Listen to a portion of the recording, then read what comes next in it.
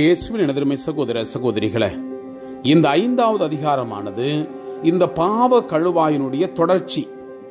இதுல கொஞ்சம் சிறிய வித்தியாசம் இருக்கிறது.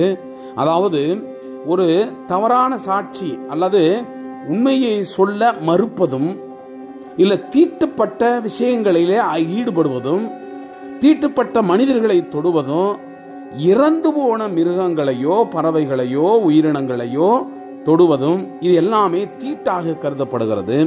அப்படி அந்த தீட்டான விஷயத்தில் ஈடுபட்டவர்கள் எப்படி மறுபடியும் அந்த பாவ கழுவாயை செய்து அதன் வழியாக மன்னிப்பு பெற வேண்டும் என்பதையும் இந்த அதிகாரத்தில் நமக்கு விவரமாக எடுத்து வைக்கிறது. அது மட்டுமல்ல, பொய் சான்று சொல்லுகிற அந்த தன்மை உடையவர்களும் தெரிந்தோ தெரியாமலோ பாவம் செய்த அந்த தன்மைக்காக அவர்களும் பலியிடணும், அவர்களும் இந்த பாவம் போக்கும் பலியை ஒப்பு கொடுத்து பாவ மன்னிப்பு பெறணும் என்பதையும் இந்த அதிகாரம் நமக்கு எடுத்து வைக்கிறது.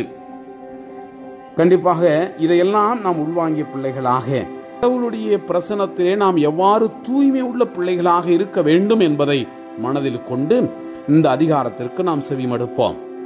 ஒருவர் ஒரு காரியத்தை கண்டோ கேட்டோ அதற்கு சாட்சியாளராய் இருந்தும் அது பற்றி சான்று கூற பணிக்கும் பொது கட்டளையை கேட்டும் அதை அறிவிக்காமல் இருந்து பாவத்திற்கு உட்பட்டால் அவரே இத்தீச்செயலுக்கு பொறுப்பாவார். ஒருவர் தீட்டான எதையும், செத்து தீட்டான காட்டு விலங்கையோ, செத்து தீட்டான கால்நடையையோ, செத்து தீட்டான ஊர்வனவற்றையோ தெரியாமல் தொட்டுவிட்டாலும் அவர் தீட்டுப்பட்டவரை, அவர் குற்றவாளி ஆவார். மேலும் எத்தகைய தூய்மை கேட்டினாலும் தீட்டுப்பட்ட ஒரு மனிதரை ஒருவர் அறியாமலே தொட்டு பின்பு அதை அறிந்து கொண்டாலும் அவரும் குற்றவாளியே.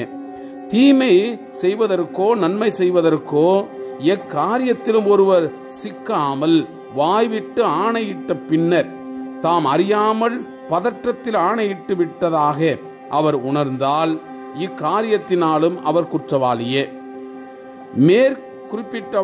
குறிப்பிட்டவைகளில் அவர் தவறு இழைத்தவராக காணப்படும் போது தாம் இழைத்த குற்றத்தை அறிக்கையிட்டு பாவம் போக்கும் பழிபொருளை ஆண்டவருக்கு கொண்டு வர வேண்டும்.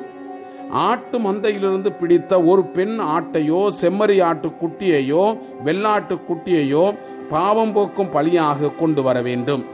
அவருக்காக குரு அவரது பாவம் நீங்குவதற்கு பாவ கழுவாய் நிறைவேற்றுவார்.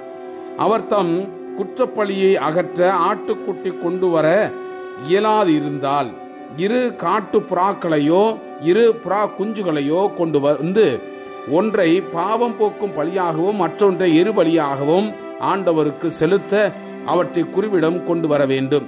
குரு முதலில் பாவம் போக்கும் பலிக்கு உரியதை எடுத்து அதன் கழுத்தை திருகி தலையை துண்டிக்காமல் வைக்க வேண்டும்.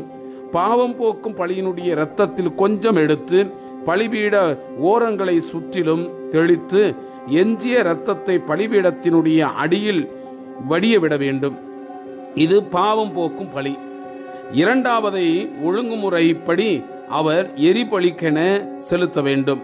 அவர் செய்த அந்த பாவம் நீங்க குரு பாவ கழுவாய் நிறைவேற்றுவார், அவரும் மன்னிப்பு பெறுவார். 2 காட்டு புறாவையாவது புறா குஞ்சுகளையாவது கொண்டு வர இயலாதிருந்தால் குற்றவாளி தாம் செய்த குற்ற நிமித்தம் தாம் படைக்கும் அந்த காணிக்கைக்கென 20 படி அளவு மிருதுவான மாவில் 10ல் 1 பங்கை கொண்டு வருவாராக. அதன் மேல் எண்ணெயோ சாம்பிராணியோ இடலாகாது, ஏனெனில் அது பாவம் போக்கும் பலி. அது குருவிடம் கொண்டு வரப்பட வேண்டும்.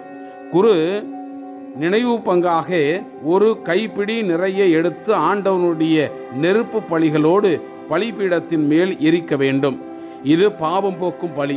இவ்வாறு குரு இத்தகைய பாவங்களினுடைய ஒன்றை செய்தவருக்காக பாவ கழுவாய் நிறைவேற்றுவாராக.